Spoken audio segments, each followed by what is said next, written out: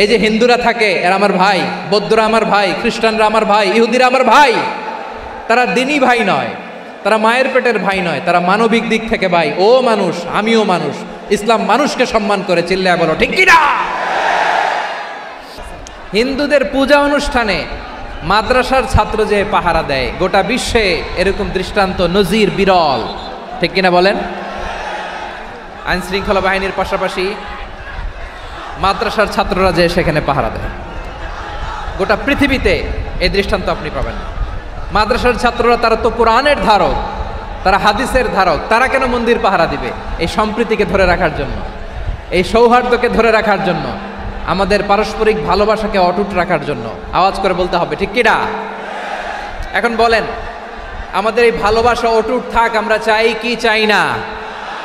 আমরা হিন্দু মুসলিম মিলেমিশে শান্তিপূর্ণ সহাবস্থান, সাম্প্রদায়িক সম্প্রীতি, লালমনিরহাটের ভাইয়ের আওয়াজ করে বলুন, এই সাম্প্রদায়িক সম্প্রীতি আমরা চাই কি চাই না?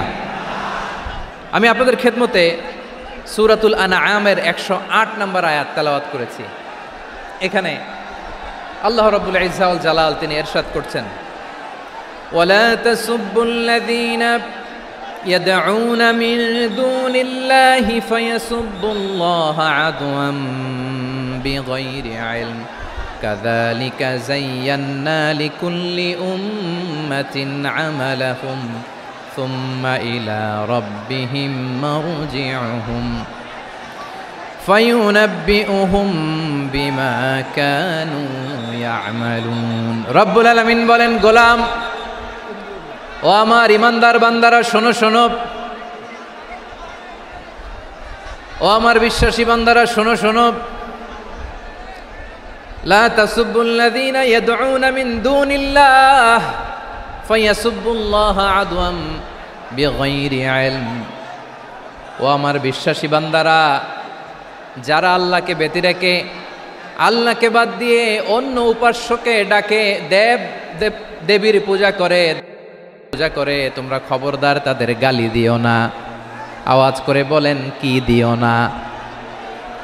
আল্লাহ বলেন, ও বিশ্বাসীরা শোনো, যারা আল্লাহকে বেছে রেখে দেবীর পূজা করে, অন্য উপাস্যের পূজা করে, তাদেরকে ডাকে, ওই দেবতাদেরকে তোমরা গালি দিও না। যদি ওই দেবতাদেরকে গালি দাও তাহলে ভুলবশত, শত্রুতাবশত তারা তোমাদের রব আল্লাহকে গালি দেবে, ঠিক কিনা? তোমরা যদি তাদের দেবতাদের গালি দাও, ওরা রেগে তোমার আল্লাহরে গালি দিবে, তাহলে আল্লাহরে গালি খাওয়ানোর কারণ হয়ে গেলাম আমি, ঠিক কিনা বলেন। রব্বুল আলামিন বলেন, খবরদার বিশ্বাসীরা, আল্লাহ ছাড়া যারা অন্যান্য উপাস্যদেরকে ডাকে, দেবতাদেরকে ডাকে, তাদেরকে তোমরা গালি দিও না। ওই সমস্ত দেবতাদেরকে যদি তোমরা গালি দাও তাহলে তারা আল্লাহকে গালি দিবে, ঠিক কিনা বলেন। আমরা দেবতাদের গালি দিলে ওরা আল্লাহকে গালি দিবে। রব্বুল আলামিন বলেন, খবরদার দেবতাদেরকে গালি দিও না, তাহলে ওরা তোমার রব আল্লাহরে গালি দেবে। প্রতিটি জাতির জন্য তাদের কাজকে আমি আল্লাহ সুশোভিত করে রেখেছি, তারা সবাই একদিন আমার কাছেই ফিরে আসবে। এরপর আমি রব্বুল আলামিন তাদের আমলনামা তাদেরকে জানিয়ে দেব। সুবহানাল্লাহ পড়ে। প্রিয় ভাইয়েরা, আল্লাহ তাআলা বলেছেন খবরদার গালি দিও না। আদেশটা কার? আওয়াজ করে বলেন তো। হিন্দুদের দেবতা দেবদেবীদেরকে গালি দেওয়া যাবে না। আওয়াজ করে বলুন প্রিয় ভাইয়েরা, এই আদেশটা কার? এই আপনাদের গলার আওয়াজ। অন্য ধর্মের দেবতাদেরকে যে গালি দেওয়া যাবে না, এই আদেশটা কার? আরো জোরে বলুন, কার? গালি দিবেন কোন দেবতাকে? দিবেন? যদি দেন তাহলে ওরা আল্লাহরে গালি দিবে, তাহলে আল্লাহরে গালি খাওয়াইলো কে? আপনি, ঠিক কিনা বলেন। আমি আল্লাহকে গালি খাওয়ানোর কারণ হলাম, কারণ আমি যদি গালি না দিতাম ওরা আমার রবকে গালি দিত না। আওয়াজ করে বলেন ঠিক কিনা। তাহলে প্রিয় ভাইয়েরা, ইসলাম আমাদেরকে শিখায়, সূরাতুল আনআমের 108 নম্বর আয়াত থেকে আমরা বুঝলাম কোনো ধর্মকে ছোট করা যাবে না। অন্য ধর্মকে ছোট করা মানে ইসলামকে ছোট করা। অন্য ধর্মের দেবতাকে গালি দেওয়া মানে আল্লাহকে গালি খাওয়ানো। আওয়াজ করে বলেন ঠিক কিনা। খবরদার, এটা করা যাবে না। আর অন্য ধর্মের দেবতাকে যদি আপনি গালি দেন, ওরা ইসলাম থেকে দূরে সরে যাবে। যাও ইসলামের প্রতি আকৃষ্ট হয়েছিল আর কোনোদিন ইসলামের ধারে কাছে আসবে না। আওয়াজ করে বলেন ঠিক কিনা। এজন্য কখনো কোনোদিন অন্য ধর্মের দেবতাদেরকে গালি দেয়া যাবে না। অন্য ধর্মের কোনো দেবতাদেরকে আমরা গালি দিব না, গালি দিব না, বরং ইসলামের beauty, the beauty of Islam, ইসলামের সৌন্দর্যকে আমরা তুলে ধরব। আমরা যদি বিশ্বনবী সাল্লাল্লাহু আলাইহি ওয়াসাল্লামের জীবনের দিকে তাকাই, তাহলে আমি দেখব বিষ্ণু ইসলাম মক্কাতে কিংবা মদিনাতে অন্য ধর্মের লোকদের সাথে খুব পিসফুলি লাইফ লিড করেছেন। হোক মুশরিক, হোক খ্রিস্টান, হোক ইহুদি, বিশ্বনবী সবার সাথে মিলেমিশে ছিলেন। আলহামদুলিল্লাহ বলেন। ইসলাম হচ্ছে পিসফুল রিলিজিয়ান। অন্য ধর্মের প্রতি সহনশীলতার সবক ইসলাম আমাদেরকে দেয়, কিন্তু প্রতিটি মুসলিমের এটা মনে রাখতে হবে, আল্লাহর কাছে পছন্দনীয় গ্রহণযোগ্য ধর্ম জীবনাদর্শ একটি, সেটা হচ্ছে ইসলাম। আওয়াজ করে বলেন, সেটা কি? লালমনিরহাটের ভাইয়েরা আওয়াজ করে বলুন, আল্লাহর কাছে মনোনীত ধর্ম একটি, সেটা কি? এজন্য রব্বুল আলামিন বলেন, ইন্নাদ-দীনা ইনদাল্লাহিল ইসলাম, আল্লাহর কাছে মনোনীত গ্রহণযোগ্য অ্যাকসেপ্টেড ধর্ম মতাদর্শ একটা, সেটা হলো ইসলাম। ইসলাম ছাড়া অন্য কোনো ধর্ম যদি কেউ তালাশ করে, তার ওই ধর্ম আল্লাহ গ্রহণ করবে না। ওমাই ইয়াবতাগি গায়রাল ইসলামি দীনান ফালাই ইউকবালা মিন ওয়া হুয়া ফিল আখিরাতি মিনাল খাসিরিন।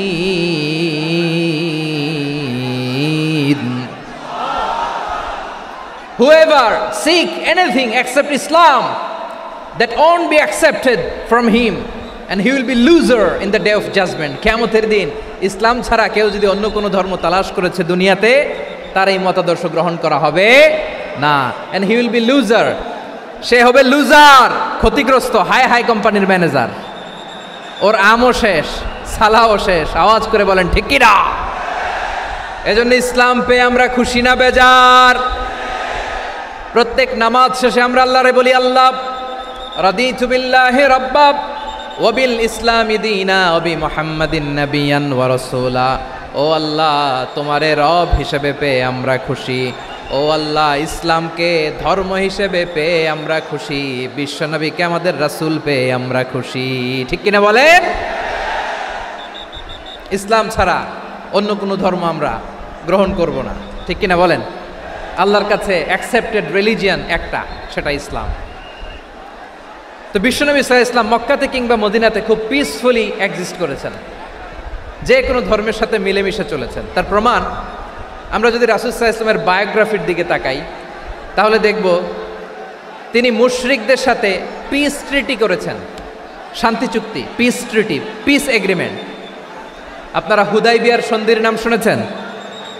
আমার লালমনিরহাটের কলিজার টুকরা ভাইয়েরা, হুদাইবিয়ার সন্ধির নাম আপনারা শোনেন নাই? ৬ষ্ঠ হিজরিতে বিষ্ণু ঈসা ইসলাম মুশরিকদের সাথে এই ট্রিটি করেছেন, চুক্তি। কাদের সাথে? মুশরিকদের সাথে। আমরা তো মুসলমান বসতে পারি না, আমরা দুই মুসলিম ভাই একসাথে বসে চা খেতে পারি না, গল্প করতে পারি না। বিষ্ণু ঈসা ইসলাম মুশরিকদের সাথে ট্রিটি করেছেন, হুদাইবিয়ার সন্ধি। এই সন্ধির আগে মক্কা থেকে কেউ মদিনায় যেতে পারে না, মদিনা থেকে কেউ মক্কায় যেতে পারে না। কিন্তু এই সন্ধির পরে ট্রাফিক স্বাভাবিক হয়ে গেল, মক্কার লোকেরা মদিনায় আসতে পারে, মদিনার লোকেরা মক্কায় আসতে পারে। এটাকে বলে সুলহে হুদাইবিয়া, the peace agreement of Hudaibiya, শান্তি চুক্তি। আমরা পৃথিবীতে এখন অনেক শান্তি চুক্তির নাম শুনি, এগুলো সব the piece treaty of Hudaibiya থেকে কপি করা। আল্লাহু আকবার। তাহলে বিশ্বনবী সাল্লাল্লাহু আলাইহি সাল্লাম তিনি যে শান্তিপূর্ণ সহাবস্থানে বিশ্বাসী ছিলেন, মুসলমানেরা যে অন্য ধর্মের প্রতি সহনশীল, তার প্রমাণ হচ্ছে এই পিস ট্রিটি।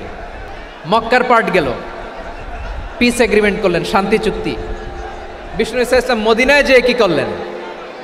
মদিনায় যে বিষ্ণু ঈসা ইসলাম মদিনা চার্টার করলেন, মদিনা সনদ, সাহিফাতুল মদিনা, এটার বলে মদিনা চার্টার। যে ওয়েস্টে, ইউরোপে, আমেরিকাতে তারা অনেক চার্টার করে, এই সব চার্টার মদিনা চার্টার থেকে কপি করা। আওয়াজ করে পড়েন সুবহানাল্লাহ। বিষ্ণু ঈসা ইসলাম মদিনায় গেলেন, মদিনাতে মুসলিম, মুশরিক, ইয়াহুদি, এই তিন ধর্মের লোক মিলে সব স্টেক হোল্ডার যারা আছে সবাইকে নিয়ে বিষ্ণু ঈসা ইসলাম মদিনা চার্টার করলেন, মদিনা সনদ। পড়েন সুবহানাল্লাহ। শুধু তাই নয়, মক্কাতে বিশ্বনবী পিস এগ্রিমেন্ট করলেন, শান্তি চুক্তি মুশরিকদের সাথে। মদিনাতে যে বিশ্বনবী মদিনা চার্টার করলেন, মদিনা সনদ করলেন ইহুদিদের সাথে। আবার মদিনাতে বিশ্বনবী ইহুদিদের সাথে পিস ডায়ালগ করলেন, ইন্টারফেথ ডায়ালগ করলেন, আন্তধর্মীয় সংলাপ করলেন, যেই সংলাপের মূল ভিত্তি ছিল তাওহীদ। মূল ভিত্তি ছিল কি? তাওহীদ। বিশ্বনবী ইহুদিদেরকে ডাকলেন, আহ্বান করলেন, কুল ইয়া আহলাল কিতাবি তাআলাউ ইলা কালিমাতিন সাওয়াইন বাইনানা ওয়া বাইনাকুম আল্লা না'বুদা ইল্লাল্লাহ ওয়া লা নুশরিকা বিহি শাইআন ওয়া লা ইয়াত্তাখিযা বা'দুনা বা'দান আরবাবাম মিন দুনিল্লাহ فإن تولوا فقولوا اشهدوا بأننا مسلمون। সুবহানাল্লাহ পড়েন। বিশ্বনবী মদিনার ইহুদিদের ডেকে বললেন, ও ইহুদিরা শোনো শোনো,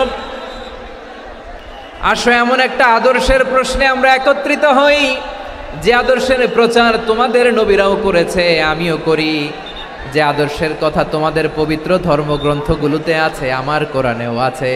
সেটা হলো তাওহীদ। আমরা এক আল্লাহ ছাড়া কারো ইবাদত করব না, আল্লাহর সাথে কাউরে শরীক করব না, আল্লাহ ছাড়া কাউরে রব মানব না। পড়েন সুবহানাল্লাহ। তাহলে আমার প্রিয় লালমনিরহাটের ভাইরা, মদিনাতে যেয়ে তিনি মদিনা চার্টার করলেন, মদিনা সনদ, পিস ডায়ালগ করলেন, শান্তির সংলাপ, ইন্টারফেথ ডায়ালগ করলেন, আন্তধর্মীয় সংলাপ, যার ভিত্তি ছিল তাওহীদ। সুবহানাল্লাহ পড়েন। তাহলে অন্য ধর্মের প্রতি সব সময় ইসলাম সহনশীল, টলারেন্স। যদি আপনি দেখতে চান ইসলামের নবী বিশ্বনবীর দিকে তাকান, ঠিক কিনা বলেন? আমরা তো সংখ্যালঘুদের রাইটস প্রোটেক্ট করার জন্য কত আইন বানাই, কত বৈঠক করি, কত সংবাদ সম্মেলন করি। বিশ্বনবী সাল্লাল্লাহু আলাইহি ওয়াসাল্লাম সংখ্যালঘুদের রাইটসের ব্যাপারে, অধিকারের ব্যাপারে যে কথা বলেছেন, শুনলে আপনি অবাক হয়ে যাবেন।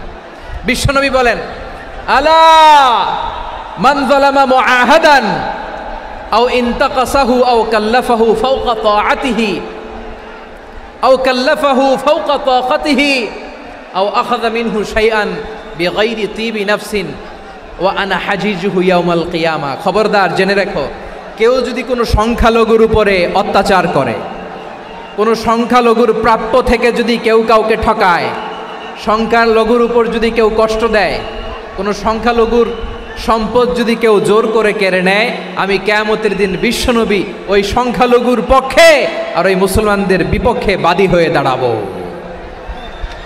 সুবহানাল্লাহ বলতে পারলেন না? আল্লাহু আকবার। আপনি নামাজি, আপনি মুসল্লি, আপনি হাজী সাহেব, তাহাজ্জুদ পড়তে পড়তে কপালে দাগ ফেলে দিছেন, আপনার প্রতিবেশী হিন্দু, ভাবছেন আমার তো পাওয়ার আছে, ওর জমিটা দখল করি। বিশ্বনবী বলেন, কিয়ামতের দিন ওই হিন্দুর পক্ষে তোর বিরুদ্ধে আমি বাদী হয়ে দাঁড়াবো। পৃথিবীর কোন ধর্মে এরকম স্টেটমেন্ট পাবেন? পাবেন? আপনি ভাবছেন আপনি নামাজ পড়লে হাজী সাহেব কপালে দাগ ফেলায় দিলে আপনি সেলসেলায় জান্নাতে চলে যাবেন না? খবরদার। বিশ্বনবী বলেন, কোন সংখ্যালঘুর উপর যদি কেউ আক্রমণ করে, তার প্রাপ্য তাকে না দিয়ে যদি তাকে ঠকায়, তার উপর জুলুম করে, তার সম্পদ যদি কেড়ে নেয়, আমি নবী, তুমি মুসলিম হইতে পারো, মুসল্লি হইতে পারো, তার পক্ষে, তোমার বিপক্ষে আল্লাহর দরবারে বাদী হয়ে দাঁড়াবো। আচ্ছা লালমনিরহাটের ভাইরা, কথা বুঝতে পারলে আওয়াজ করে উত্তর দেন। বিশ্বনবী যদি কারো বিপক্ষে দাঁড়ায় কিয়ামতের দিন, আই রিপিট, আমি আবারও বলছি, বিশ্বনবী যদি কিয়ামতের দিন কারো বিপক্ষে দাঁড়ায়, ও তো সেলসেলায়া জান্নাতি, তাই না? জান্নাতি না? যে নবীর সুপারিশ ছাড়া জান্নাতের গেটও দেখা যাবে না, ওই নবী যদি বলে তোর বিপক্ষে আমি বাদী হয়ে দাঁড়াবো, ওই জান্নাতে আর ঢোকার কোনো সুযোগ আমাদের থাকবে? এখানেই শেষ না আমার প্রিয় লালমনিরহাটের ভাইয়েরা, এখানেই শেষ নয়। বিশ্বনবী বলেন, মান কাতালা মুআহাদান, বুখারীর বর্ণনা, মান কাতালা মুআহাদান লাম ইয়ারাহ রাইহাতাল জান্নাহ। কেউ যদি, কোনো মুসলিম যদি অন্যায়ভাবে কোনো সংখ্যালঘুকে হত্যা করে, কোনো হিন্দুকে হত্যা করে, কোনো বৌদ্ধরে হত্যা করে, অন্যায়ভাবে কোনো মুসলিম যদি কোনো সংখ্যালঘুরে হত্যা করে জান্নাতে যাওয়া তো দূরের কথা, ওই মুসলিম জান্নাতের ঘ্রাণও পাবে না। সহিহ বুখারীর বর্ণনা, মান খাতালা মুআহাদান লাম ইয়ারাহ রাইহাতাল জান্নাহ ওয়া ইন্না রিহাহা লা ইউজাদু মিন মাসিরাতি 40 আমা, যে জান্নাতের ঘ্রাণ 40 বছর দূরের রাস্তা থেকেই পাওয়া যায়। সুবহানাল্লাহ পড়েন।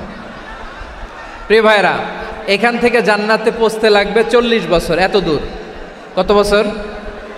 সবাই বলেন কত বছর? এখান থেকে জান্নাতে পৌঁছতে লাগবে 40 বছর। এত দূরে থাকতেই জান্নাতের ঘ্রাণ আপনার নাকে এসে ধাক্কা মারবে। বিষ্ণুই বলেন, যে ব্যক্তি কোনো সংখ্যালঘুকে হত্যা করে জান্নাতের ঘ্রাণ তো পাবেই, জান্নাতে তো ঢুকতে পারবেই না, জান্নাতের ঘ্রাণও তার নাকে লাগবে না। পড়েন নাউযুবিল্লাহ। তাহলে সংখ্যালঘুদের ব্যাপারে ইসলামে অধিকার দেয়া আছে না নাই? লালমনিরহাটের ভাইয়ের আওয়াজ করে বলেন, আমার সংখ্যালঘু হিন্দু ভাইদের রাইটস, অধিকার আমাদের ইসলামে প্রোটেক্টেড আছে না নাই?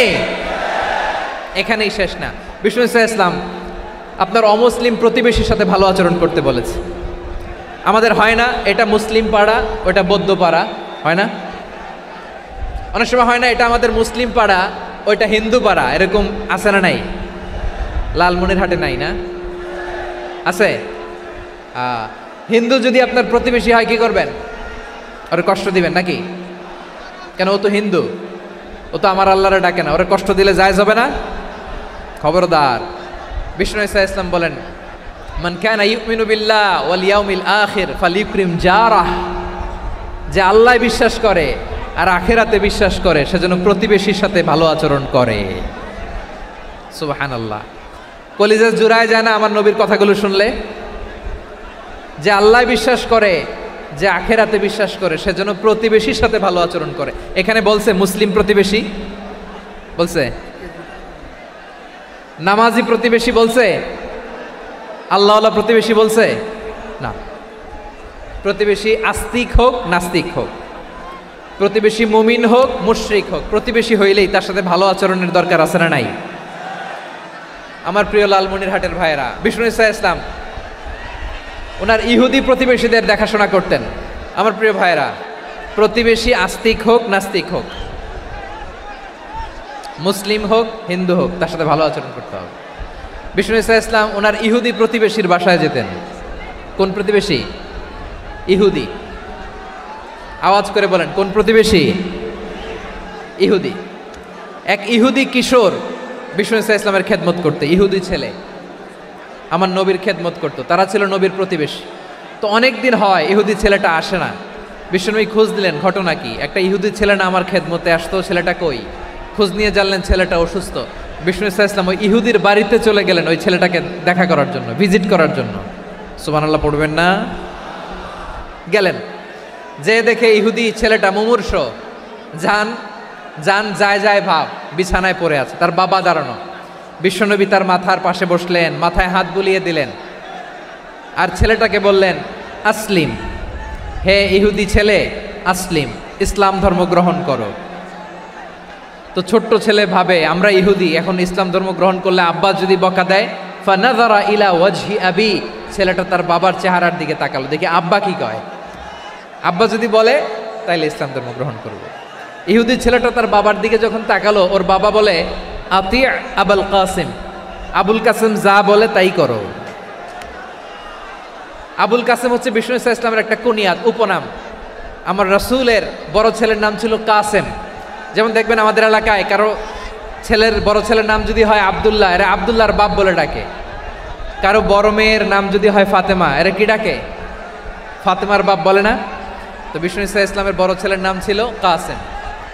ইহুদি বাবা বলল আতি আবুল কাসেম, আবুল কাসেম যা বলে তাই শোনো, মানে মোহাম্মদ যা বলে তাই শোনো। এই কথা শুনে ছেলে সাহস পাইছে, ছেলে আবার পড়তে আরম্ভ করলো আশহাদু আল্লাহ ইলাহা ইল্লাল্লাহ ওয়া আশহাদু আন্না মুহাম্মাদার রাসূলুল্লাহ। পড়েন আল্লাহু আকবার। বিশ্বনবীর আহ্বান শুনে ওই আহ্বানে সাড়া দিয়ে ইহুদি ছেলে শাহাদা পড়ে মুসলমান হয়ে গেল। তার হৃদয়টারে ইমানের নূর দিয়ে আলোকিত করে দিল কে?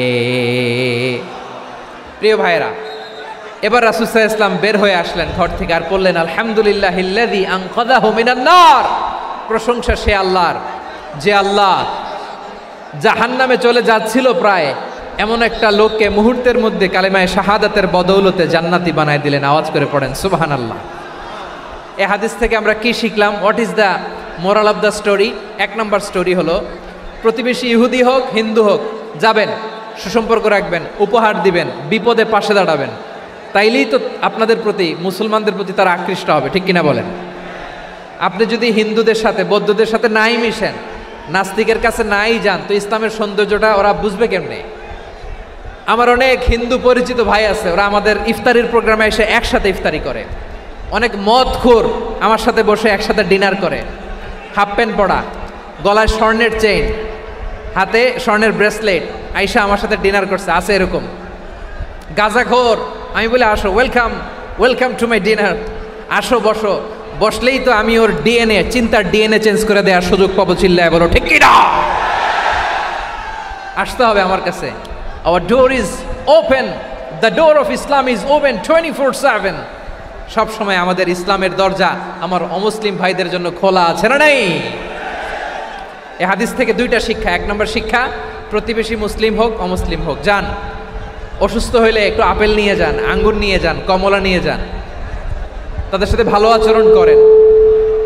ইসলামের বিউটি দেখে, সৌন্দর্য দেখে অবাক হবে, নসিব ভালো হলে কোনোদিন কালিমা পড়ে মুসলমান হয়ে যাবে, ঠিক কিনা বলেন? তাহলে অমুসলিমের সাথে ভালো সম্পর্ক। বিশ্বনবী ইহুদির বাড়িতে গেলেন, ইহুদির বাড়ি, আর আমার মুসলমান ভাই আমার কাফের বলে, এরকম আছে না নাই? মুসলিমরা দেখতে পারে না, সহ্য করতে পারে। বিশ্বনবী সাল্লাল্লাহু আলাইহি ওয়াসাল্লাম ইহুদির বাড়িতে গেলেন, এটা একটা শিক্ষা। আরেকটা শিক্ষা হলো, এই হাদিস থেকে আমাদের শিক্ষা হলো, আমার প্রতিবেশী যেই ধর্মের হোক আমি সম্পর্ক রাখবো। অসুস্থ হলে যাব, কি বলেন ভাইরা? যাবেন না? যাবেন না আপনারা? আচ্ছা, 2 নম্বর শিক্ষা হলো, বিষ্ণু ইসলামের খাদেম ছিল ইহুদি, এতদিন খেদমত করলো, একদিনও বিশ্বনবী ওরা কালিমার দাওয়াত দেয় নাই। কারণ কি? বিশ্বনবী একটা ভালো সময়ের অপেক্ষা করতেছিলেন, প্রপার টাইমিং। দাঈর কাজ হচ্ছে দাঈ ইলাল্লাহ, সে হচ্ছে সুযোগ সন্ধানী।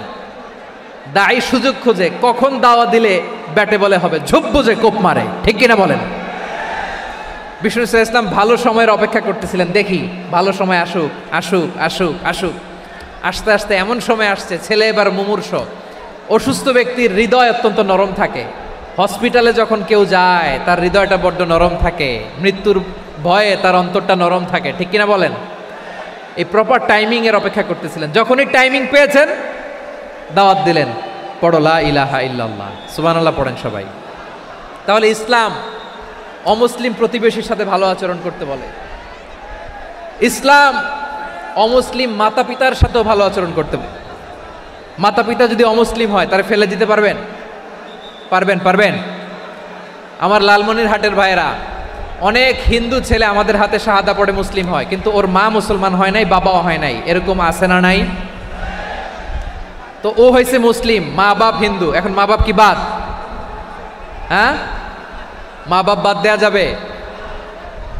যেই মা আপনারে 9 মাস 8 মাস পেটে ধারণ করলো, আপনার মায়ের নার ছেঁড়া ধন, আপনি ওই মারে বাদ দিতে পারবেন?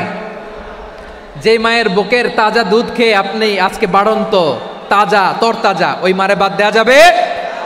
মায়ের এক ধারে দুধের দাম, কাটিয়া গায়ের চাম, পাপুষ বানাইলে ঋণের শোধ হবে না, এমন দরদি ভাবে কেউ হবে না আমার মাগো। মায়ের এক ধারে দুধের দাম, কাটিয়া গায়ের চাম, পাপুষ বানাইলে ঋণের শোধ হবে না, এমন দরদি ভাবে কেউ হবে না আমার মাগো, ঠিক কিনা? মাকে তো বাদ দেওয়া যায় না। وَقَضَى رَبُّكَ أَلَّا تَعْبُدُوا إِلَّا إِيَّاهُ وَبِالْوَالِدَيْنِ إِحْسَانًا। আল্লাহ বলে, অবধারিত 2টা ভার্ডিক তোমাদের জন্য, এক আল্লাহর ইবাদত করবা আর মা বাবার প্রতি ইহসান করবা। আদেশটা কার? মা বাবার প্রতি এহসান করতে হবে। আমার মা হিন্দু হোক, ভালো আচরণ করতে হবে, বৌদ্ধ হোক, ভালো আচরণ করতে হবে। আমার যে সমস্ত হিন্দু ভাইয়েরা মুসলিম হয়েছ, তোমাদের মা বাবা এখনো মুসলমান হয় নাই, তাদের সাথে ভালো আচরণ করতে হবে। আপনাদের খেদমত নিজে করতে হবে অথবা খেদমতের ব্যবস্থা করাই দিতে হবে। মান্থলি যে খরচ লাগে এটা দিতে হবে। আরে তুমি এখন মুসলিম, তোমার মা বাবা হিন্দু, এখনই তো সুযোগ ইসলামের সৌন্দর্য দেখানোর। এখন মা বাবা যদি দেখে আরে এটা হিন্দু থাকতে তো বদমাইশ ছিল, বেয়াদব ছিল, কি এমন ধর্ম সে গ্রহণ করলো যেটা গ্রহণের সাথে সাথে সে পাল্টে গেল? কি এমন ধর্ম সে গ্রহণ করেছে যেটা তার জীবনকে আলোকিত করে দিয়েছে? নসিব ভালো হইলে তারাও কালিমা পড়ে মুসলমান হয়ে যাবে। বিষ্ণু ইসলামের স্ত্রীর নাম ছিল আয়েশা রাদিয়াল্লাহু তাআলা আনহা, আবু বকর রাদিয়াল্লাহু তাআলা আনহুর মেয়ে। আবু বকর রাদিয়াল্লাহু তাআলা আনহুর আরেক মেয়ের নাম হচ্ছে আসমা। কি নাম? দুজনই আবু বকর রাদিয়াল্লাহু তাআলা আনহুর মেয়ে, আসমা আর আয়েশা। নাম দুটা কেমন লাগে? আসমা নামটা কেমন লাগে? আয়েশা নামটা কেমন লাগে? সবার ভালো লাগে নাই? নাম দুটো আপনাদের ভালো লাগে?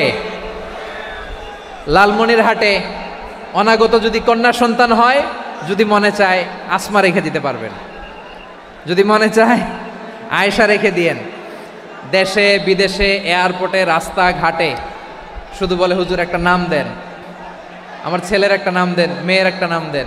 তো আমার মনে আছে যশোরের 8 দিনের মাহফিলে আমি একটা দুইটা নাম দিয়েছিলাম। আজকে লালমনিরহাটের এই প্রোগ্রামে কন্যা সন্তান যদি হয় দুটা নাম দিলাম, আসমা কিংবা আয়েশা। ইনশাআল্লাহ পড়েন। দুজন বোন, এক মায়ের না, বাবা এক মা দুজন। আয়েশা রাদিয়াল্লাহু তাআলা আনহার মায়ের নাম উম্মে রুমান, আর আসমা রাদিয়াল্লাহু তাআলা আনহার মায়ের নাম কুতাইলা বিনতে আব্দুল উজ্জা। আবু বকর রাদিয়াল্লাহু তাআলা আনহু 4টা বিয়ে করেছিলেন।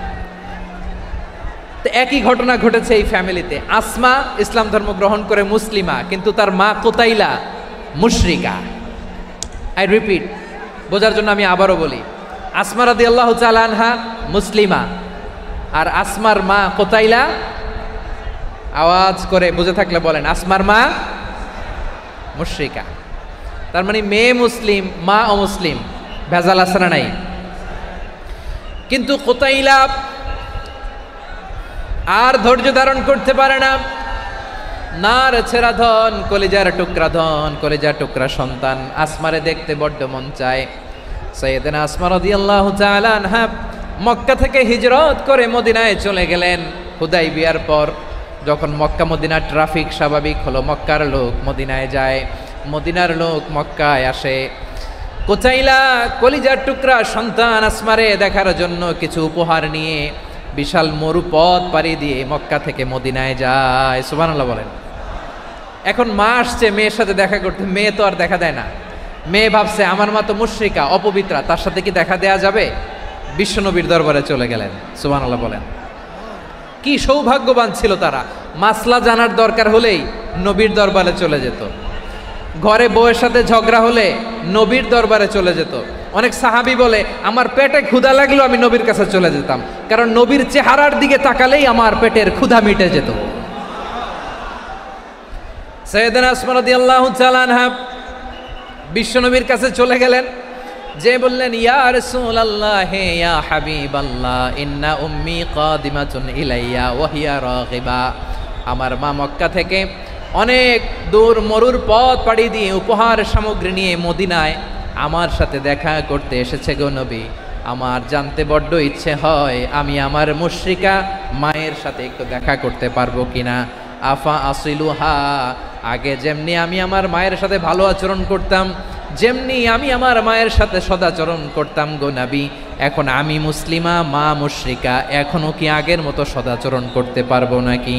বিশ্বনবী বললেন নাম সিলিহা, হ্যাঁ রে আসমা, অবশ্যই অবশ্যই, আগে ঠিক যেমন তুমি তোমার মায়ের সাথে ভালো আচরণ করতে এখনো তেমনি আগের মতো ভালো আচরণ করবা। আওয়াজ করে পড়েন সুবহানাল্লাহ। কি ইসলাম আমরা পেয়েছি! কত ব্রড মাইন্ডেড আমাদের ইসলাম, কত ওপেন মাইন্ডেড ইসলাম, কত ওপেন আপ করতে পারে, চিন্তা করতে পারেন। বিষ্ণু বললেন হ্যাঁ অবশ্যই, নাম সুলিহা, আগে যেমনি ভালো আচরণ করছো আসমা এখন ওইরকমই করো, পারলে আরো বাড়াই করো। সুবহানাল্লাহ বলেন। তাহলে আমার যে হিন্দু ভাইয়েরা, হিন্দু বোনেরা, ইমানের দৌলতে আপনি ধন্য হয়েছেন, আপনার আম্মা আব্বা এখনো মুসলমান হয় নাই, তাদের জন্য দোয়া করেন, তাদের জন্য দোয়া করেন, আল্লাহ যেন তাদেরকেও ইমানের দৌলত দান করে। আমরা সবাই পড়ি আমিন, আরো জোরে পড়েন আমিন। এখন বলেন, ইসলাম কি ন্যারো মাইন্ডেড রিলিজিয়ান না ব্রড মাইন্ডেড? লালমনিরহাটের যুবক ভাইয়েরা আওয়াজ করো, ইসলাম কি ন্যারো মাইন্ডেড না ব্রড মাইন্ডেড? কতটা ব্রড মাইন্ডেড দেখেন। বিশ্বনবী সাল্লাল্লাহু আলাইহি সাল্লাম অমুসলিমরা যদি নবীকে উপহার দিত, ওই উপহারও বিশ্বনবী গ্রহণ করতেন। সুবহানাল্লাহ পড়েন। আপনার অমুসলিম বন্ধু যদি উপহার দেয়, সেটাও আপনি নিতে পারবেন, যেটা নেওয়া জায়েজ। কিন্তু আপনার বন্ধু যদি আপনার মদের বোতল দেয়, নিতে পারবেন? হ্যাঁ, মদের বোতল দিলে পারবেন না। আপনার বন্ধু যদি আপনার পর্ক দেয়, পর্ক, শূকরের গোশত মিশ্রিত কোনো খাবার, ওটা নিতে পারবেন না। হালাল যে কোনো জিনিস নিতে পারবেন। বিশ্বনবী সাল্লাল্লাহু আলাইহি ওয়াসাল্লাম অমুসলিমদের দেয়া হাদিয়া গ্রহণ করতেন। কেমন নবী ছিলেন? আমার নবীরে চিনে নেন, আমার নবীর অ্যাটিটিউড জেনে নেন। বিশ্বনবী সাল্লাল্লাহু আলাইহি ওয়াসাল্লাম যখন কোনো জনপদে যেতেন, 3টা অপশন নিয়ে যেতেন। প্রিয় ভাইয়ের আওয়াজ করে বলতে হবে, কোনো জনপদে গেলে আমার নবীর অপশন থাকতো কয়টা? আমার মতো 3 আঙ্গুল উঁচু করে দেখান আর বলুন, আমার নবী কোনো জনপদে গেলে কয়টা অপশন নিয়ে যেতেন? 1 নাম্বার অপশন, আসলিম তাসলাম।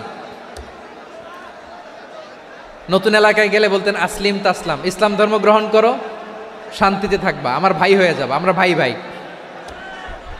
ইসলাম মানো, আমরা ভাই ভাই। অপশন নাম্বার কত? 1। যদি বলে না ইসলাম মানবো না, ওকে, অপশন নাম্বার 2, মুসলিম হওয়ার দরকার নাই, লা ইকরাহা ফিদ্দিন, ইসলামে কোনো বাড়াবাড়ি নাই। খ্রিস্টান আছো থাকো, বৌদ্ধ আছো থাকো, ইহুদি থাকতে চাও থাকো, কিন্তু আমরা যেহেতু রিজিওনাল সুপার পাওয়ার, আমাদের আন্ডারে থাকো, ট্যাক্স দিয়া থাকো, এটার বলে জিজিয়া। আলেম যারা আছেন বুঝবেন, এটার আরবিতে কি বলে? জিজিয়া। You pay us the tax, we will give you the security. তোমরা ট্যাক্স দিবা, আমরা সিকিউরিটি দিব, আমাদের আওতায় থাকবা, কেউ তোমাদেরকে আক্রমণ করতে পারবে না, আমরা নিরাপত্তা দিব। সুবহানাল্লাহ বলেন। এটা অপশন নাম্বার কত? আচ্ছা, বুঝে থাকলে বলেন, 1 নাম্বার অপশন কি ছিল? ইসলাম। ইসলাম মানো, শান্তিতে থাকবা, ভাই ভাই, আমরা ভাই ভাই। অপশন নাম্বার 2, ট্যাক্স দাও, আমরা নিরাপত্তা দিব, মুসলিম হওয়া লাগবে না। এখন 1 নাম্বারও মানে না, 2 নাম্বারও মানে না, মুসলিম হব না, ভালো, খ্রিস্টান থাকো, ট্যাক্স দাও, আমরা সিকিউরিটি দিব না, এইটাও মানি না। বিষ্ণু বলেন, তাহলে তলোয়ার আমাদের আর তোমাদের মাঝে ফয়সালা করবে। মুসলিমও হব না, ট্যাক্স দিবা, নিরাপত্তা দিব, আমরা সুপার পাওয়ার, আমাদের আন্ডারে থাকবে, এইটাও না। তাহলে তোমাদেরকে তো আমরা বিশ্বাস করতে পারি না, কখন না কখন বিশ্বাসঘাতকতা করো, কার সাথে মিলে হাত মিলাও, তলোয়ার আমাদের মাঝে ফয়সালা করবে। তখন তিনি জেহাদের সশস্ত্র সংগ্রামের ঘোষণা দিতেন। সুবহানাল্লাহ পড়েন। দেখেন, পশ্চিমারা জেহাদকে এইভাবে চিত্রায়িত করে না। ওরা জেহাদ বলতে বোঝায় তলোয়ার, হাত কাটো, গলা কাটো, না, জেহাদ সশস্ত্র সংগ্রাম 3 নম্বরে। অধিকাংশ ক্ষেত্রেই বিশ্বনবীর সুন্দর আচরণ দেখে, আরে আমার নবীর যে নুরানি চেহারা, অনেকে তো কেবল সিরেফ চেহারাটা দেখেই কালিমা পড়ে মুসলমান হয়ে গিয়েছে। যারা মুসলিম হয় নাই, তারা তাদের ইসলামেই বলবৎ ছিল, ট্যাক্স দিয়ে ইসলামের আন্ডারে ছিল। যারা এটাও মানে নাই, ওইটাও মানে নাই, তাদের বিরুদ্ধে জেহাদ। বিষ্ণু ইসলাম 7ম হিজরিতে যখন খায়বার বিজয়ের পরে ইসলাম রিজিওনাল সুপার পাওয়ার হিসেবে আত্মপ্রকাশ করলো, বিশ্বনবী চিঠি লিখলেন অন্যান্য সুপার পাওয়ারের কাছে, রাষ্ট্রীয় চিঠি লেখে এক রাষ্ট্রপ্রধান আরেক রাষ্ট্রপ্রধানের কাছে। ঠিক কিনা বলেন? জানেন না আপনারা? এই যে 24-এর ছাত্র নাগরিক অভ্যুত্থানে, এই অভ্যুত্থান যখন শুরু হয়, আমি তখন সাউথ আফ্রিকাতে, একটা স্ট্যাটাস দিয়েছিলাম, কোটা নয়, গোটা দেশ সংস্কার করা লাগবে। শুধু বাংলাদেশ নয়, সারা বিশ্বের বাংলা ভাষাভাষী লোকেরা এই আন্দোলনের সাথে সমর্থন তারা করেছে, এটাকে সাপোর্ট করেছে, তারা সমর্থন দিয়েছে। আমাদের ইউনাইটেড আরব আমিরাতের বাংলাদেশি ভাইয়েরা, তারা সেখানে রাস্তায় নেমে এসেছিল, জানেন? ওইখানে ডেমনস্ট্রেশন করা যায় না, সেখানকার সরকার তাদেরকে যাবজ্জীবন দিয়েছিল। তখন আমাদের এই যে প্রধান উপদেষ্টা ডক্টর মোহাম্মদ ইউনূস সরাসরি G2G বলে, এটারে G2G, government to government, G2G, উনি চিঠি লিখলেন যে তাদেরকে ইউর হাইনেস, হে সম্মানিত আমির, আপনি আমার এই চিঠির কারণে আমার সম্মানে এই 53 জন বাংলাদেশিকে মাফ করে দেন। এই চিঠির বদৌলতে বেকসুর খালাস পেয়ে গিয়েছিল আমাদের ভাইরা, জানেন না এই ঘটনা আপনারা? তাহলে গভর্নমেন্ট টু গভর্নমেন্ট চিঠি দেওয়া হয়। সপ্তম হিজরিতে বিষ্ণু ইসলাম সব সুপার পাওয়ারের কাছে চিঠি দিলেন, রোমান সম্রাটের কাছে, পারস্য অধিপতির কাছে, মিশরের অধিপতির কাছে, সবার কাছে চিঠি লিখলেন। চিঠির ভাষা ছিল এরকম, মিন মুহাম্মাদিন রাসূলিল্লাহ ইলা মুকাউকিস আযীমিল কিবত, মুহাম্মদ রাসূলুল্লাহর পক্ষ থেকে মিশরের বাদশার কাছে, আসলিম তাসলাম, ইসলাম মানো শান্তিতে থাকবা, সালামুন আলা মান ইত্তাবা আল হুদা, শান্তি তার জন্য যে হেদায়েতের অনুসরণ করে। সুবহানাল্লাহ পড়েন। তো এই চিঠি অনেকে ভালোভাবে রিসিভ করেছে, অনেকে এই চিঠি পাওয়ার পরে নবীর কাছে আবার ইন রিটার্ন উপহার পাঠিয়েছে। কি পাঠিয়েছে? উপহার। মিশরের বাদশাহ মুকাউকিস তিনি বিশ্বনবীকে বিশাল এক উপহারের ডালি পাঠিয়েছেন। মিশরের বাদশাহ মুকাউকিস ছিলেন ধর্মে খ্রিস্টান। লালমনিরহাটের ভাইয়েরা আওয়াজ করে বলেন, মিশরের বাদশাহ ধর্মে কি ছিল? খ্রিস্টান। কি উপহার দিয়েছিল আমার নবীকে? শুনতে মনে চায়? আওয়াজ নাই লালমনিরহাটের গলায়, শুনতে মনে যায়? 1000 স্বর্ণ মুদ্রা, 1000 স্বর্ণ মুদ্রা। 2টা খ্রিস্টান দাসী, একজনের নাম মারিয়া বিনতে শামউন আল কিবতিয়া, আরেকজনের নাম সিরিন বিনতে শামউন আল কিবতিয়া। একজন খ্রিস্টান দাস 20 থান কাপড় জামা বানানোর জন্য, আমরা নবী যেন সেলাই করে জামা বানাতে পারে এজন্য 20 থান কাপড়, 20 থান ফাইন গার্মেন্ট। সুবহানাল্লাহ পড়বেন না? এরপরে একটা গাধা যেটার নাম ছিল উফাইর, আর একটা খচ্চর, এটার নাম ছিল দুলদুল। খচ্চর চিনেন? গাধা আর ঘোড়ার ক্রসিংয়ে যে প্রাণীটা দুনিয়াতে আসে ওটার খচ্চর বলে। তো এই যে সুপার পাওয়ার খ্রিস্টান বাদশার কাছে নবী চিঠি লিখলেন, ওই খ্রিস্টান বাদশাহ আমার নবীকে উপহার দিল। বিশ্বনবী এই উপহারগুলো সানন্দে গ্রহণ করেছে। সুবহানাল্লাহ পড়বেন না? তাহলে অমুসলিম কেউ যদি আপনাকে উপহার দেয়, হালাল উপহার হলে আপনি গ্রহণ করতে পারবেন। অনুরূপভাবে পারস্যের বাদশাহ, রোম সম্রাট বিশ্বনবীকে উপহার পাঠিয়েছেন, আমার নবী সবগুলো উপহার গিফট গ্রহণ করেছেন। সুবহানাল্লাহ বলেন। তাহলে প্রিয় লালমনিরহাট আওয়াজ করে বলুন, ইসলাম কি ন্যারো মাইন্ডেড রিলিজিয়ন না ব্রড মাইন্ডেড?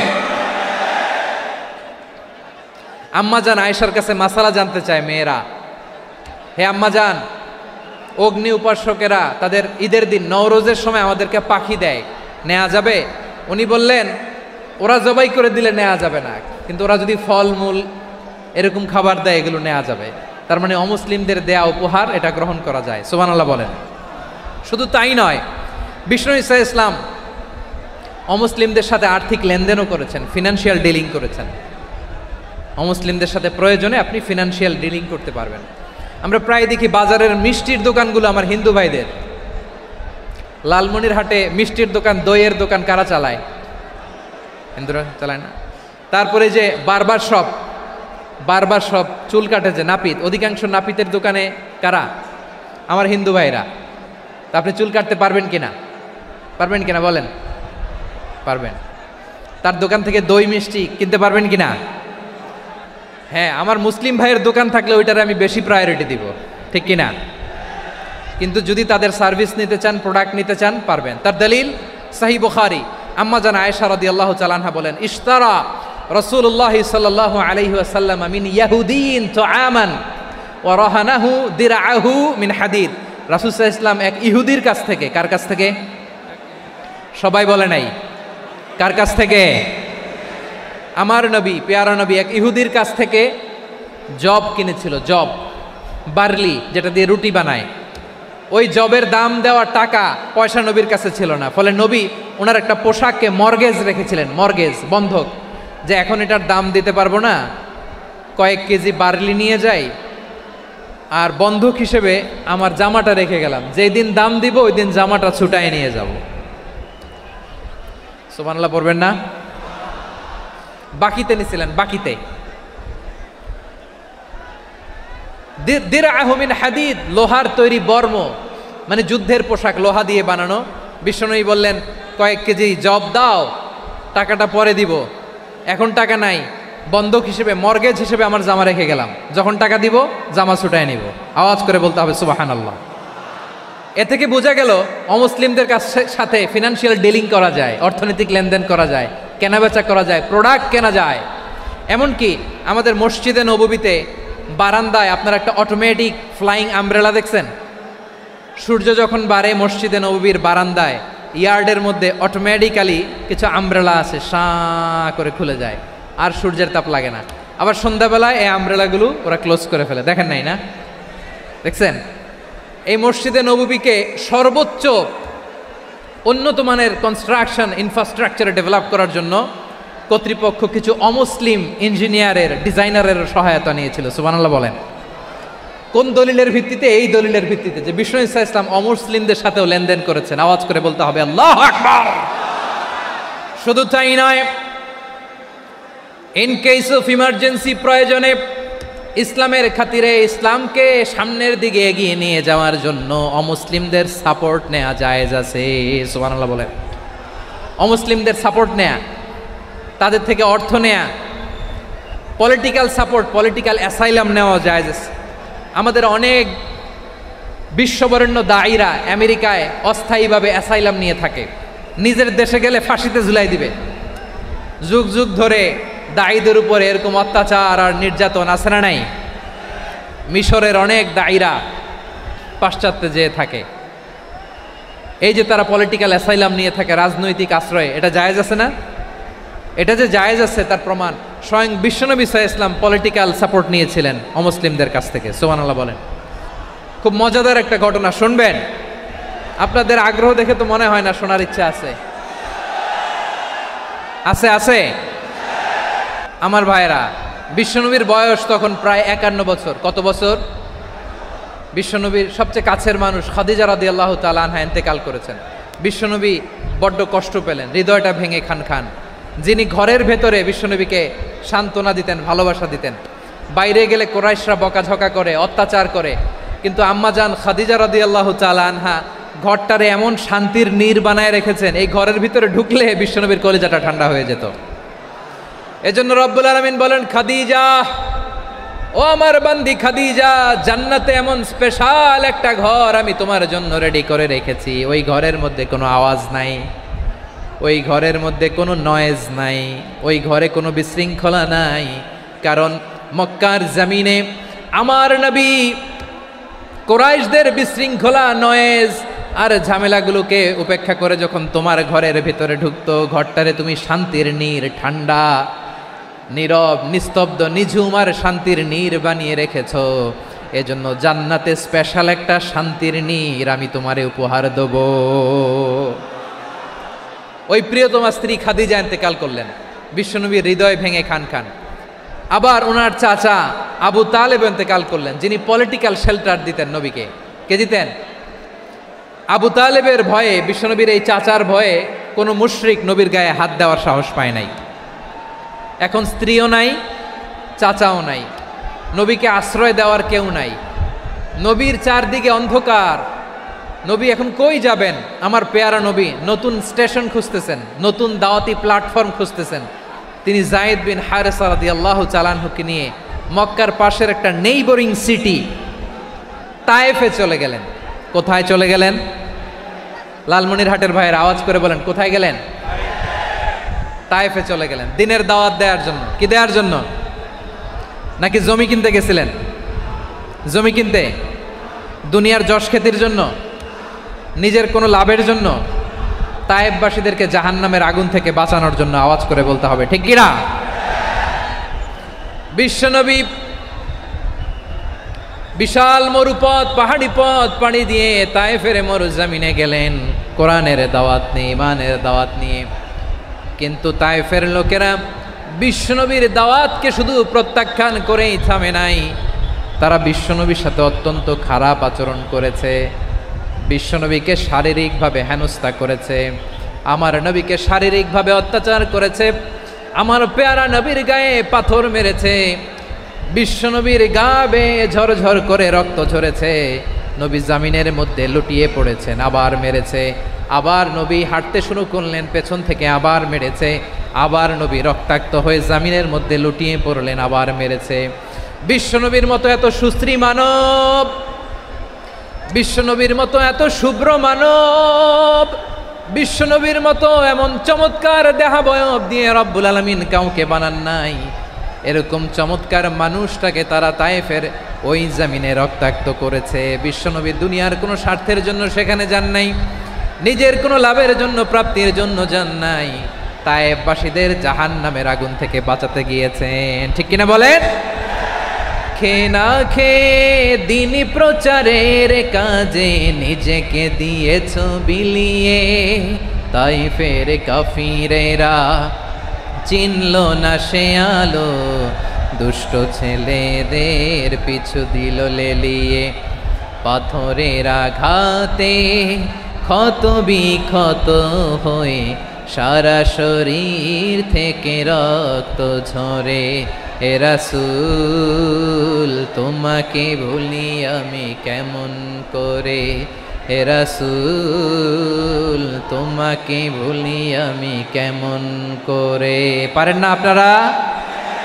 ধরুন আমার সাথে। হাজার ব্যথা বেদনার পরে ফিরে আসনি তুমি আপন ঘরে, দিনের আলো তুমি ছড়িয়ে দিতে, চলে গেলে মদিনায় মক্কা ছেড়ে। হে রাসূল তোমাকে ভুলি আমি কেমন করে, হে রাসূল তোমাকে ভুলি আমি কেমন করে। ঠিক কিনা বলে? প্রিয় ভাইরা, তায়েফের ছেলেরা নবীকে রক্তাক্ত করলো। আমার নবী কই যাবে? কই যাবে? মক্কায় জায়গা নাই, তায়েফে জায়গা নাই। তায়েফ থেকে ভারাক্রান্ত মন নিয়ে আমার নবী মক্কায় ফিরে আসলেন। বিশ্ব নবী মক্কায় ঢুকতে পারেন না। মক্কার মরুভূমির দিকে তাকিয়ে, উপত্যকার দিকে তাকিয়ে বিশ্বনবী ধা ধা করে কাঁদেন, ঝরঝর করে। নবীর চেহারা মোবারক থেকে চোখের পানিগুলো বেয়ে বেয়ে পড়ে। আমার জন্মস্থান, আমার শৈশব, কৈশোর, যৌবন কেটেছে এই মক্কায়, আমার এলাকায় আমি ঢুকতে পারি না। বিশ্বনবী মক্কার অনতি দূরে দাঁড়িয়ে জায়েদকে পাঠালেন, জায়েদ যাও দেখো কেউ আমাকে সাপোর্ট করার মতো আছে কিনা, যাও অমুকের কাছে যাও। জায়েদ গেলেন, তারাও প্রত্যাখ্যান করে ফিরিয়ে দেয়। বিশ্বনবী বললেন যাও অমুক লোকের কাছে যাও, তিনিও প্রত্যাখ্যান করে ফিরিয়ে দিলেন। কেউ বিশ্বনবীকে আশ্রয় দিতে রাজি হয় না। নিজ জন্মভূমিতে বিতাড়িত বিশ্বনবী, সর্বশেষ বিশ্বনবী বললেন যাও মুতঈম ইবনে আদির ঘরে যাও। মুতঈম ইবনে আদি মুশরিক, তার কাছে যাও। গেলেন, মুতঈম ইবনে আদি রাজি হয়ে গেল। সুবহানাল্লাহ বলেন। দেখেন অনেক বিপদের সময়ও আমি নিজে সাক্ষী, সামাজিকভাবে রাজনৈতিকভাবে কত ঝঞ্ঝা, কত ষড়যন্ত্র, কত কনস্পাইরেসি পাড়ি দিয়ে আমাদেরকে সামনে এগিয়ে যেতে হয়। এই শত্রুদের ভেতরেও একজনকে দাঁড় করিয়ে দেয় যে আল্লাহর কোরআনের জন্য রেডি হয়ে যায়। পড়েন সুবহানাল্লাহ। মুতঈম ইবনে আদি, আল্লাহ তার মনকে নরম করে দিলেন। মুতঈম বলে মুহাম্মদ আমি তোমাকে আশ্রয় দিব। তার দুই ছেলেকে পাঠালেন, যাও খোলা তলোয়ার নিয়ে, স্কট দিয়ে, গার্ড অফ অনার দিয়ে মুহাম্মদকে মক্কায় ঢুকাও, আর বলো আমি আমান দেব। আমান কি দিব? আমান মানে সিকিউরিটি, নিরাপত্তা। সিকিউরিটি ছাড়া, আমান দেওয়া ছাড়া কেউ থাকতে পারতো না মক্কায়। দুই ছেলে বিষ্ণু ঈসা ইসলামকে নিয়ে আসলো। নবী কাবার চারদিকে তাওয়াফ করলেন, নামাজ পড়লেন। আবু জাহেল, উতবা, শাইবা, ওয়ালিদ ইবনে মুগীরা সবাই দেখে, কেউ কিছু করতে পারে না। কারণ মুতঈম ইবনে আদি ঘোষণা দিয়েছেন আমি মুহাম্মদকে আমান দিয়েছি, মুহাম্মদের গায়ে যেন কেউ স্পর্শ না করে। আওয়াজ করে পড়েন সুবহানাল্লাহ।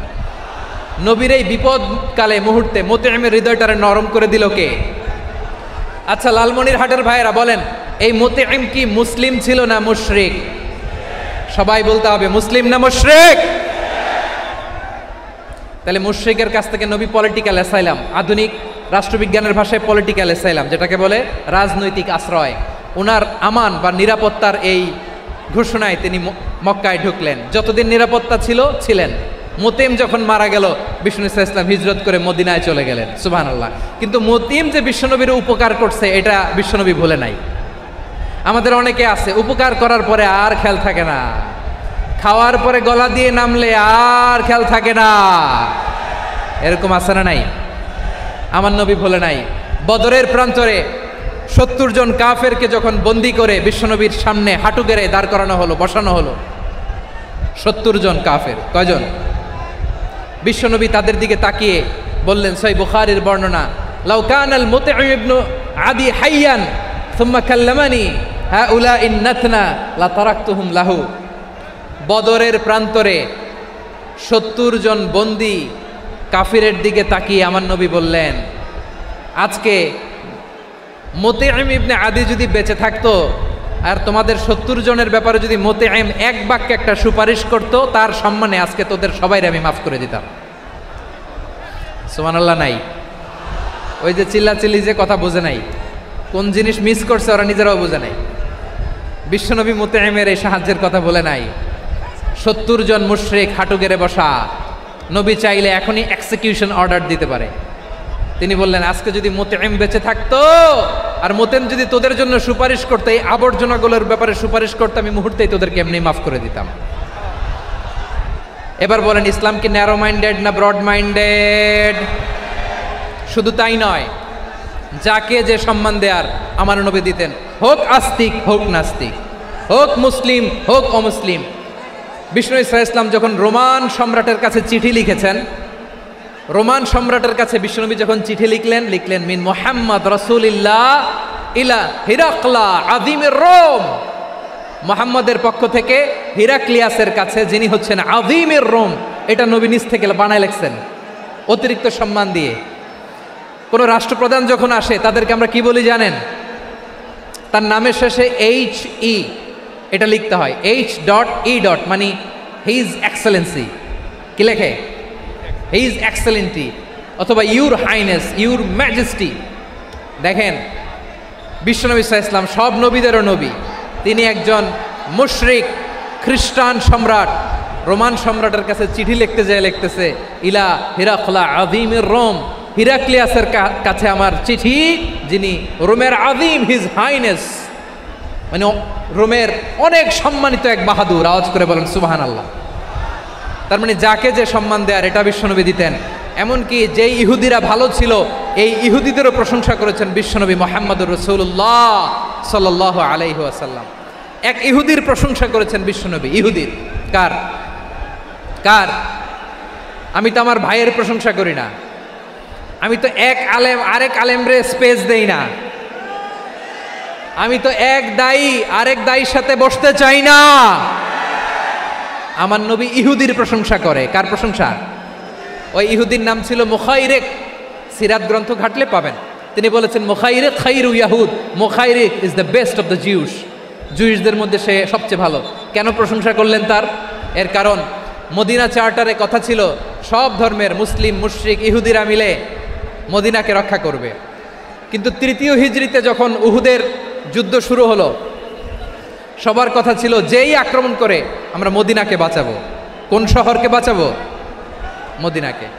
কিন্তু কুরাইশরা যখন অ্যাটাক করলো, ইহুদিরা আর আসে না, ইহুদিরা আর বেরোয় না। বিষ্ণু বললেন, ওহে ইহুদিরা, তোমরা না চুক্তি করলে আমার সাথে যে মদিনা বাঁচাতে সবাই ঝাঁপিয়ে পড়বো, আসো। একটা ইহুদিও বেরোয় না, কেউ আসে না সেদিন, একজন ছাড়া। তার নাম মুখাইরেক। তার নাম কি? মুখাইরেক বাহাদুরের মতো ঘোড়সাওয়ার হয়ে বেরিয়ে গেলেন এবং বললেন, গোটা ইহুদি সাম্রাজ্যের একজনও যদি না আসে, আমি মুখাইরেককে কেউ ঘরে আটকে রাখতে পারবে না। বেরিয়ে আসলেন, এসে বললেন, আমি মুহাম্মদের পক্ষে যুদ্ধ করব। আমি মারা গেলে আমার সম্পদ আমার উত্তরাধিকারীরা পাবে না, আমার সম্পদ তোমরা মুহাম্মদকে দিয়ে দিবা। সুবহানাল্লাহ বলেন। উহুদের ময়দানে 70 জন মুসলমান শহীদ হলো। এই ইহুদি, সেও মুসলমানের পক্ষে যুদ্ধ করে নিহত হলো। সুবহানাল্লাহ বলেন। মুসলিমদের লাশ যখন নিয়ে আসা হলো, এই মুখাইরিকের লাশও নিয়ে আসা হলো। মুসলিমদের লাশের পাশে মুখাইরিকের লাশ দেখে বিশ্বনবী মুখাইরিকের প্রতি অনেক খুশি হলেন। আর বিশ্বনবী খুশি হয়ে বললেন, মুখাইরিক খায়রু ইয়াহুদ, মুখাইরিক যদিও তুমি ইহুদি, তারপরেও তুমি সব ইহুদিদের মধ্যে সেরা ইহুদি। পড়েন সুবহানাল্লাহ। আমার নবী ইহুদিকেও সম্মান দিতে কার্পণ্য করে নাই। আওয়াজ করে বলেন আল্লাহু আকবার। প্রিয় ভাইরা, এবার সর্বশেষ আওয়াজ করে বলেন, ইসলাম কি ন্যারো মাইন্ডেড নাকি ব্রড মাইন্ডেড? সবাই বলেন, ন্যারো মাইন্ডেড না ব্রড মাইন্ডেড? এজন্য অমুসলিম হইলেই তারা আমাদের শত্রু নয়। শত্রু কারা? শত্রু কারা? যে সমস্ত অমুসলিম আমাদেরকে নিশ্চিহ্ন করে দিতে চায়, যে সমস্ত অমুসলিম আমাদের ভূখণ্ড থেকে আমাদেরকে তাড়িয়ে দিতে চায়, যে সমস্ত অমুসলিম আমার ধর্ম নিয়ে তুচ্ছতাচ্ছিল্য করে চিল্লায় বলেন ঠিক কিনা, তারা আমাদের শত্রু। সাধারণ অমুসলিমরা আমার শত্রু নয়। এই যে হিন্দুরা থাকে এরা আমার ভাই, বৌদ্ধরা আমার ভাই, খ্রিস্টানরা আমার ভাই, ইহুদিরা আমার ভাই। তারা দিনই ভাই নয়, তারা মায়ের পেটের ভাই নয়, তারা মানবিক দিক থেকে ভাই। ও মানুষ, আমিও মানুষ, ইসলাম মানুষকে সম্মান করে, চিল্লায় বলো ঠিক কিনা। যারা আমাদের অস্তিত্বকে নিশ্চিহ্ন করতে চায়, যারা আমাদের ভূখণ্ডকে দখল করতে চায়, যারা আমাদেরকে নিয়ে মকারি করে, ফান করে, টিটকারি করে, আমার ধর্ম নিয়ে খেলা করে, তাচ্ছিল্য করে, ওদের বিরুদ্ধে আমাদের জিহাদ। সাধারণ মুসলিম আমাদের শত্রু নয়।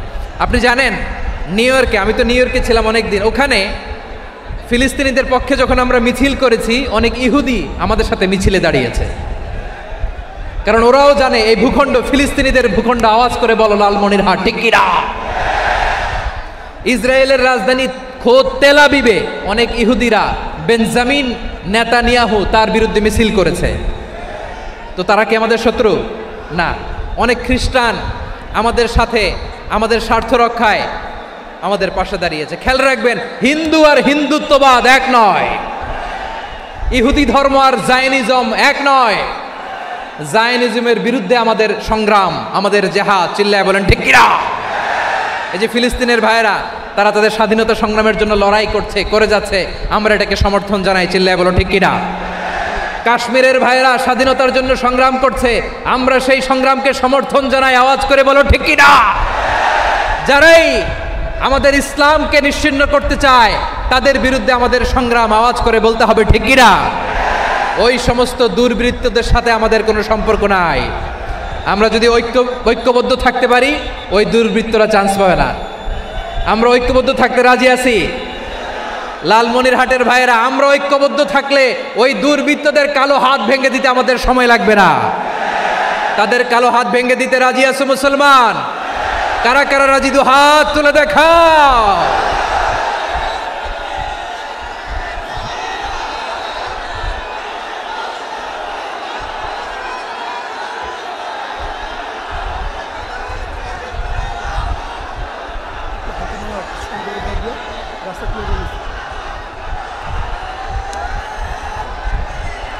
আমার প্রাণপ্রিয় লালমনিরহাটের ভাইয়েরা, শত্রু কাফের আর অশত্রু কাফেরের মধ্যে পার্থক্য আছে না নাই?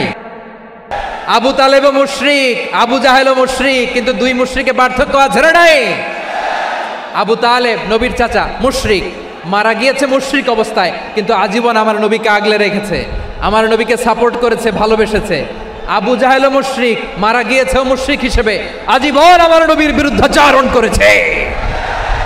আবু জাহেলের শক্তি, সামর্থ্য, স্ট্র্যাটেজি, প্ল্যান সব আমার নবীর বিরুদ্ধে ছিল। এই আবু জাহেলের কারণে একটা দিন শান্তিতে আমার নবী মক্কায় ঘুমাতে পারে নাই, চিল্লায় বলেন ঠিক কিনা। এজন্য রব্বুল আলামিন বলেন, লা ইয়ানহাকুমুল্লাহু আনিল্লাযীনা লাম ইউকাতিলুকুম ফিদ-দীনি ওয়া লাম ইখরিজুকুম মিন দিয়ারিকুম আন তাবাররুহুম ওয়া তুকসিতু ইলাইহিম ইন্নাল্লাহা ইউহিব্বুল মুকসিতিন।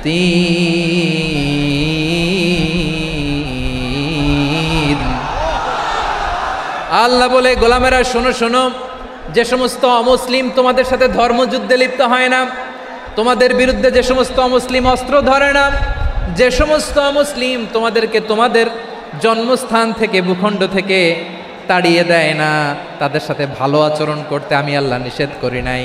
তাদের সাথে সদাচরণে কোনো নিষেধাজ্ঞা নাই, বরং তাদের সাথে সদাচরণ করো, এটাই আমি আল্লাহ চাই। তাহলে আমার যে অমুসলিমরা আমাদের সাথে শত্রুতা করে না, তুচ্ছতাচ্ছিল্য করে না, আমাদের ভূমি থেকে আমাদেরকে উচ্ছেদ করতে চায় না, আমাদের বিরুদ্ধে অস্ত্র ধরে না, ওই অমুসলিম ভাইদের সাথে আমাদের কোনো দ্বন্দ্ব আছে? কোনো বিরোধ আছে?